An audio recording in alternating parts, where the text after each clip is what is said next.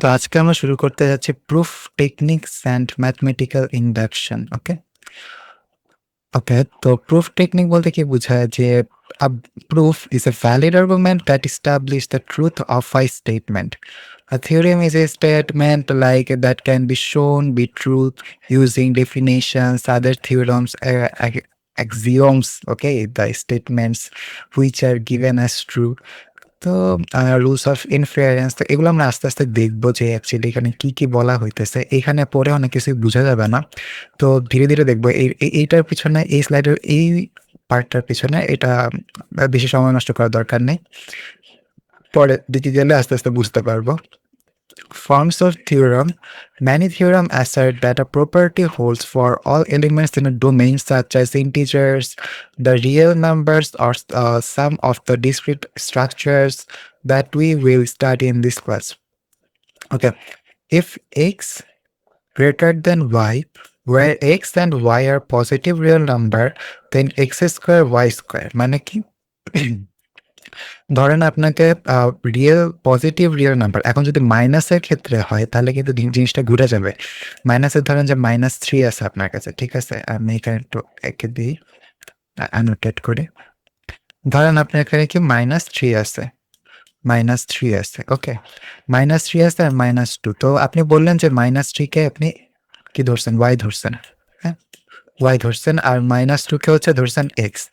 এখন যদি আপনি এই দুটোকে স্কোয়ার করেন বা কম্পেয়ার করেন, এখানে এটার সাথে যদি কম্পেয়ার করেন, তাহলে অফকোর্স এটা কি দেখাবে? ট্রুথ দেখাবে যে হ্যাঁ, -2 অবশ্যই কি হবে? -3 থেকে কি বড় না? স্বাভাবিক চিন্তা করলে, তাই না? লজিক্যালি তো তাই। কিন্তু যদি আমরা এটি স্কোয়ার করতে যাই, তখন 2 দুগুণে 4 হয়ে যায়, আর 3 স্কোয়ার -3 স্কোয়ার কিন্তু 9 হয়ে যায়। তাহলে কি এই কন্ডিশনটা মিলল না।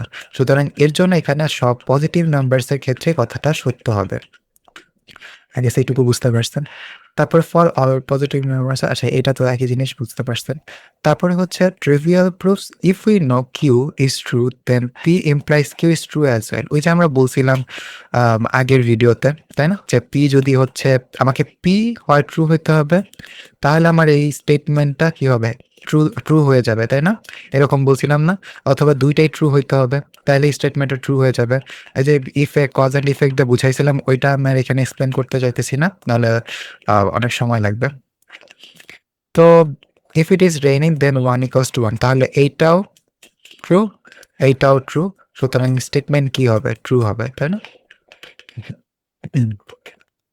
ওকে, মানে অর্থাৎ হচ্ছে কি, আমাদের ইফেক্টটা, যে ইফেক্টটা আছে সেটা ট্রু হইলেই ইফেক্টটা, কজ কজ হচ্ছে যে কোনো কারণেই হইতে পারে, কিন্তু আমি ইফেক্টটা মানে শর্ত ভঙ্গ করলাম না, এটা হইলেই কি হবে? আমার এটা ট্রু হয়ে যাবে, এইটুকুই ট্রিভিয়াল প্রুফ। আর হচ্ছে ভেকাস প্রুফ হচ্ছে যে if we know P is false then P implies Q is true as well. এই যে বললাম যে আমার যদি কিউ ইফেক্টটা ট্রু হয় তাহলে সবসময় ট্রু। যেমন if I am rich and poor then 2 + 2 = 5।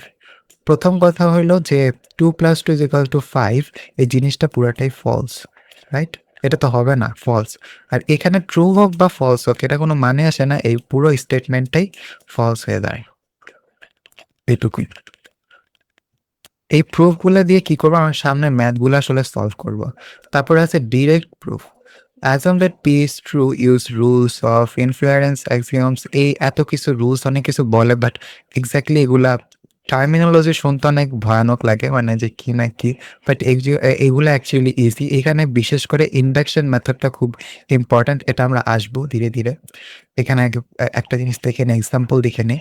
Give a direct proof, then if n is an odd integer, then n square is odd. Direct proof sorry, direct proof বলতে এখানে কি বুঝাইতেছে?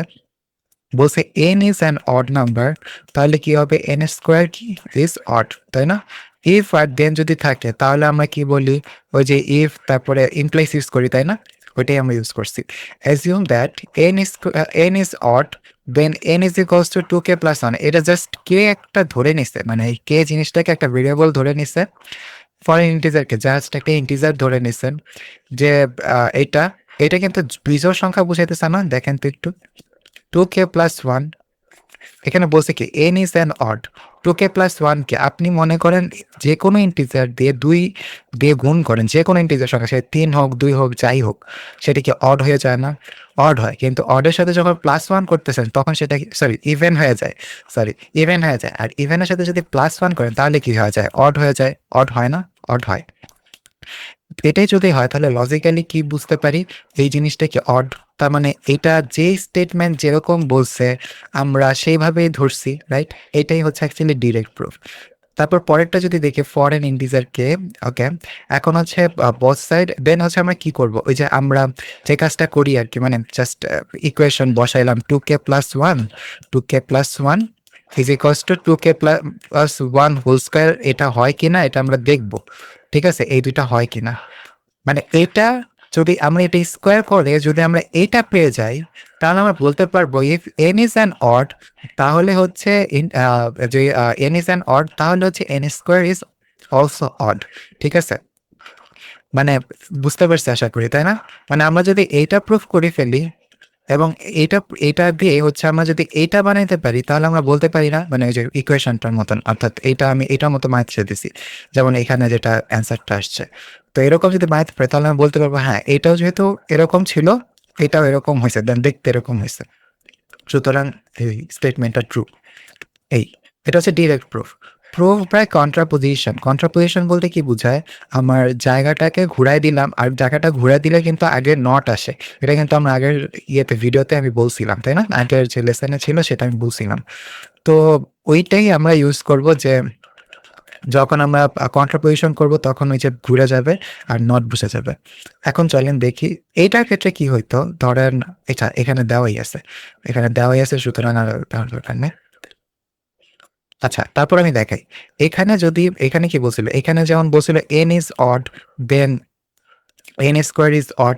তো আমরা যদি কন্ট্রাপোজিশনের মাধ্যমে যদি আমরা এটা সলভ করতে চাইতাম, তাহলে আমাকে তো কি বলতে হতো? If n is an even integer, then n square is even। কন্ট্রাপোজিশনে এইটা বলতে হইতো, তাই না? অর্থাৎ সরি, ভুল বললাম। কন্ট্রাপোজিশনে কি হয়? কিউ এবং পি কি রিপ্লেস করে না? তার মানে আমাকে কি বলতে হতো? If n square is even integer then n is even, তাই না? এটা আমাকে বলতে হতো। তো সিমিলারলি এখানে আমাকে তাই বলতে হবে contraposition that if n is integer 3n plus 2 is odd, then n is odd। তার মানে এখানে আমার কিন্তু দুইটাই স্টেটমেন্ট করতে হইতেছে। আর অ্যান্ড বলতে কি বোঝায়? আমরা বুঝি অ্যান্ড বলতে কিন্তু আমাদের গুণ বুঝায়, তাই না? এরকমই কিছু একটা বুঝায়, গুণ বুঝায়। তো সিমিলারলি এখানে আমাকে কি করতে হবে? আমাকে ওই যে এখানে যেহেতু বলছে যে ইন্টিজার ইজ অড, কন্ট্রাপোজিশন আমি যেহেতু করতেছি তার মানে আমাকে এনটাকে ইভেন হিসেবে কল্পনা করতে হবে, তাই না? ইভেন হিসেবে কল্পনা করতে হবে। কন্ট্রাপোজিশন মানে নট, অডের নট কি হয়ে যাবে? ইভেন। তো এখানে কিন্তু আমরা তাই করছি। টুকে মানে কি? আপনি যদি কে একটা ইন্টিজার ধরেন, 2 দিয়ে যদি গুণ করেন তাহলে কি হয়ে যাবে? ইন্টিজার হয়ে যাবে। সুতরাং আশা করি এটা বুঝতে পারছেন। এভাবে করে জাস্ট ইকুয়াল করে দেন আপনাকে এরকমভাবে একটা প্রমাণ করতে হবে। ঠিক আছে? করতে পারলেই তাহলে আপনি বলতে পারবেন যে হ্যাঁ, দুইটাই হচ্ছে মানে স্টেটমেন্টটা ট্রুথ। ঠিক আছে? এটাই আসলে কোয়েশ্চেনে আসলে এগুলাই আসে। ঠিক আছে? বেশি কিছু আসে না, কঠিন কিছু আসে না। Prove by conditional statement being placed true. Prove that for an integer n, if n square is odd, then n is odd.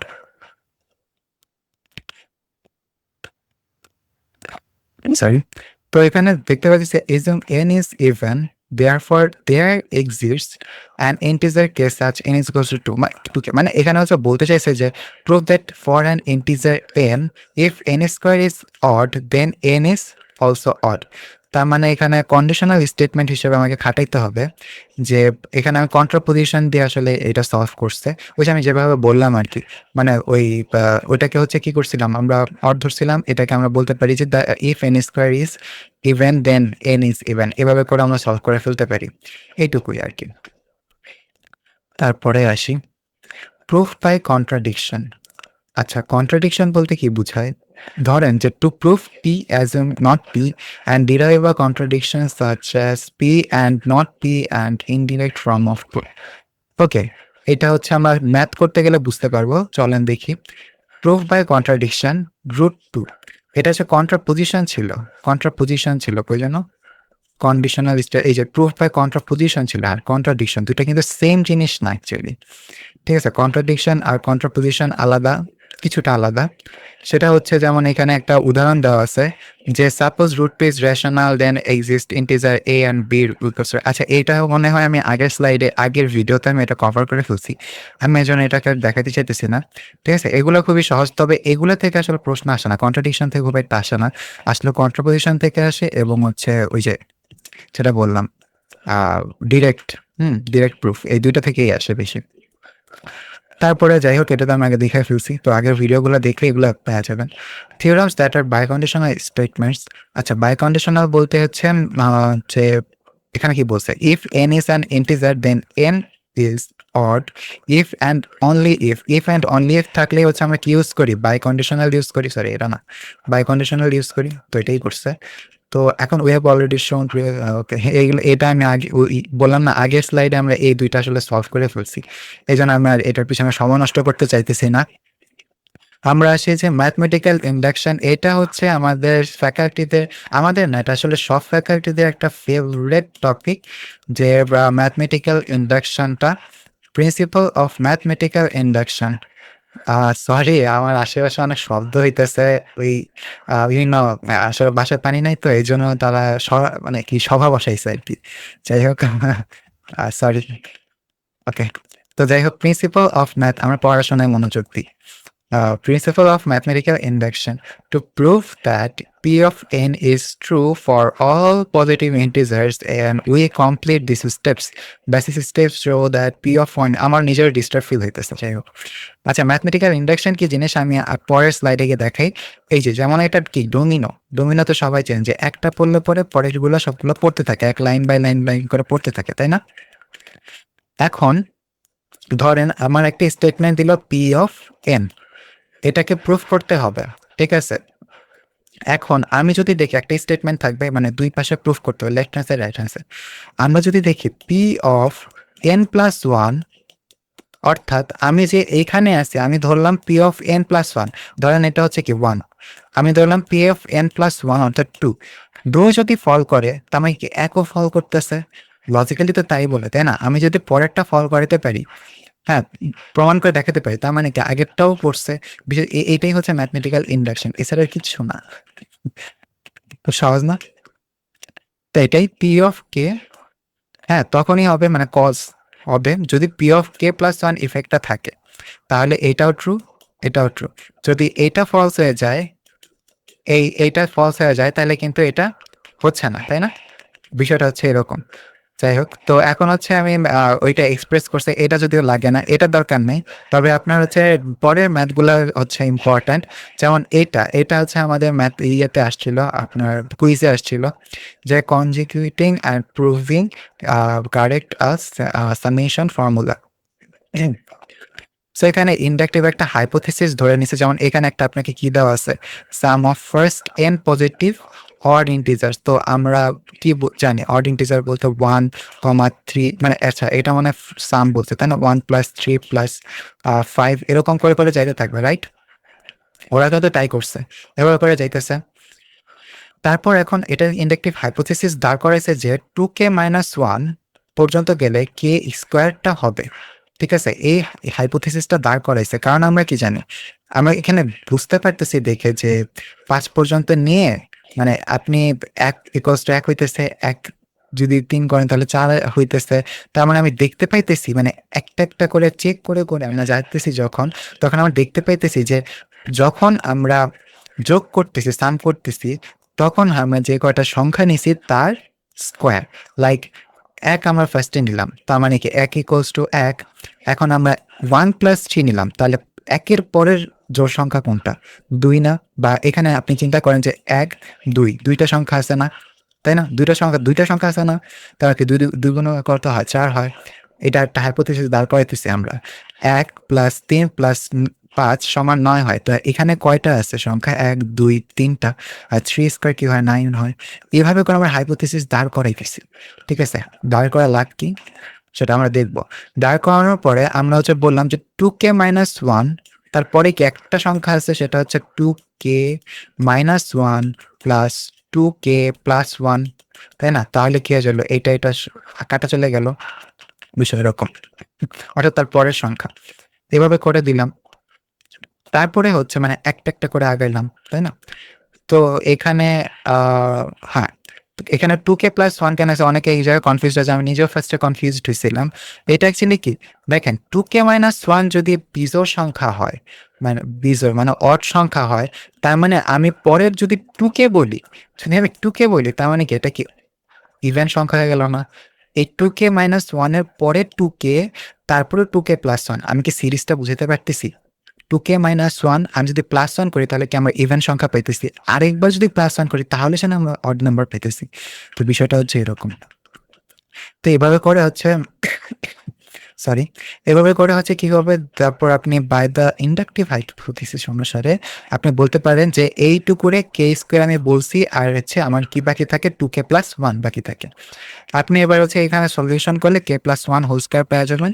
তারপর আপনি বলতে পারবেন যে হ্যাঁ, therefore the some is of the first 10 positive or odd integer is n square. আপনি এই মানে এই ইন্ডাকশন মেথড অনুসারে আপনি এটা প্রমাণ করলেন। এটা খুবই ইম্পর্টেন্ট। এটা হচ্ছে ভালো করে বুঝবেন। আপনি যদি না বুঝে থাকেন তাহলে একটু প্রিভিয়াস মানে স্লাইড বারটা হ্যাঁ এদিকে করে তারপর দেখেন। আর যদি তারপর না বুঝতে পারেন তাহলে কমেন্ট সেকশনে আমাকে বললেন, আমি হচ্ছে আবার এটা নিয়ে একটা শর্ট বানাবো, নাহলে আপনাকে মেসেঞ্জারে বুঝিয়ে দিব, সমস্যা নেই। ওকে, তো এটাও সেম টু সেম ওইভাবে করেই করা যায়। আপনারা নিজেরা ট্রাই করবেন, তাহলে আমার কাছে মনে হয় সবচেয়ে ভালো হবে। আর যদি না পারেন কমেন্ট সেকশনে বলবেন, তাহলে অবশ্যই আমি আছি। আর কমেন্ট সেকশনে অবশ্যই বলবেন যেটা রেজাল্ট কি। Okay, number of subset of a finite set. তো number of subset of the finite set কি হয়? 2 টু দি পাওয়ার k, অর্থাৎ যে কটা আমার এলিমেন্টস থাকে তার সংখ্যাটা, তাই না? এটাই, আর কিচ্ছু না। তো এটাও এই ইন্ডাকশন মেথড অনুসারে করা যায়। এটা দেখাইছে। যদি এটা আসে না, এটা নিয়ে ভয়ের কিছু নাই। এটা আসে না যদিও, তারপরেও আপনি চাইলে এটা পড়ে রাখতে পারেন। এটাও খুবই সহজ। আগের মতন যে বেসিক আছে p of 0 is true because the empty set has only itself as a subset. আমি একটা কথাই বলে রাখি যে এখানে আপনাকে ধরে অর্থাৎ আপনি এক সংখ্যা দিয়ে একবার ট্রাই করে দেখবেন, 2 সংখ্যা দিয়ে একবার ট্রাই করে দেখবেন, ট্রাই করে দেখবেন। স্টেপগুলো হচ্ছে আপনি খাতার মধ্যে লিখবেন, দ্যাটস ইট। আপনার স্যার এইটুকুই চায়। আপনার চায় না যে আপনি অনেক ম্যাথমেটিক্যাল, অনেক হ্যান-ত্যান প্ল্যান করে তারপর আপনি একই সেটটা মিলাইতেছেন। এইটা কিন্তু ডিসক্রিট ম্যাথমেটিক্সের নিয়ম না। ডিসক্রিট ম্যাথমেটিক্সের নিয়ম আপনি ধাপে অঙ্ক করতে পারতেছেন কিনা সেটাই হচ্ছে আসলে দেখা। আপনি যদি একটা নাম্বার এনে, যদি একটা ইন্টিজার নাম্বার এনে অথবা একটা রিয়েল নাম্বার এনে আপনি বা দশমিক সংখ্যা এনে যদি ওইখানে বসায়, আপনি যদি ভেরিয়েবলে বসায় চেক করে আপনি বলেন যে হ্যাঁ এটা ঠিক আছে, তার মানে ইটস ওকে, আপনার ফুল নাম্বারই পাবেন। হ্যাঁ, এখানে যে আপনার সূত্র-টুত্র ইউজ করে অনেক কিছু হ্যান-ত্যান ইউজ করে যে আপনি খুবই কমপ্লেক্স একটা জিনিস বানাতে হবে এমন কিচ্ছু না এই জায়গায়। তো এই জায়গায় মানুষ অনেক ভুল-টুল করে, এজন্য পরীক্ষায় মারটা খায়। আচ্ছা, তারপর number of subset of a finite set. এটা হচ্ছে তো বললামই যে ইজি আছে। এক্সারসাইজে চলে আসছি। তো এগুলো আপনারা নিজেরা সলভ করবেন। সলভ করে আমাকে অবশ্যই বলবেন যে কমেন্টে বলবেন যে এগুলার অ্যান্সার কি হবে ১, ২, ৩, ৪ করে। এটা ১ নাম্বার কোয়েশ্চেন, এটা ২ নাম্বার কোয়েশ্চেন, ১, ২। তো এই স্লাইডগুলো আসলে কই পাবেন? স্লাইডগুলা পাওয়ার জন্য আপনি জাস্ট সিম্পলি লিখবেন ক্যাটালিস্ট। কমেন্ট সেকশনে এটার লিঙ্ক দেওয়া আছে, ওয়েবসাইটের লিঙ্ক দেওয়া আছে, অথবা আপনি যদি ক্যাটালিস্ট স্মার্ট ক্লাসরুম লিখে সার্চ দেন। আমি ডোমেইন কিনে হোস্ট করছি ১ বছরের জন্য, আপনারা এটা পেয়ে যাবেন। সামনেই থাকবে এটা। ১ বছরের জন্য আরকি আমি একটা ডোমেইন কিনে পাবলিশ করছি। তো এখানে আপনি হচ্ছে যে সাবজেক্টে যাবেন। এটা যেন স্টুডেন্টের সুইচ করা থাকে, এটা একটু মাথায় রাখবেন। করলে তাহলে আপনি এখানে CSC 106 এই যে পেয়ে যাবেন। এই যে এখানে সবগুলো ভিডিও সিরিজ আকারে দেওয়া আছে। আপনি এখানে দেখতে পারবেন। এখানে আরো ভিডিও আসতেছে। তারপরে এখানে স্লাইডে ক্লিক করলে slide, then presentation, project end presentation, তারপরে বুক সব দেওয়া আছে। আপনি জাস্ট একটা করে নিজেরা অ্যাক্সেস করে পড়ে নিবেন, ঠিক আছে? That's it. আজকের ভিডিও এই পর্যন্ত। দেখা হবে নেক্সট লেসনে।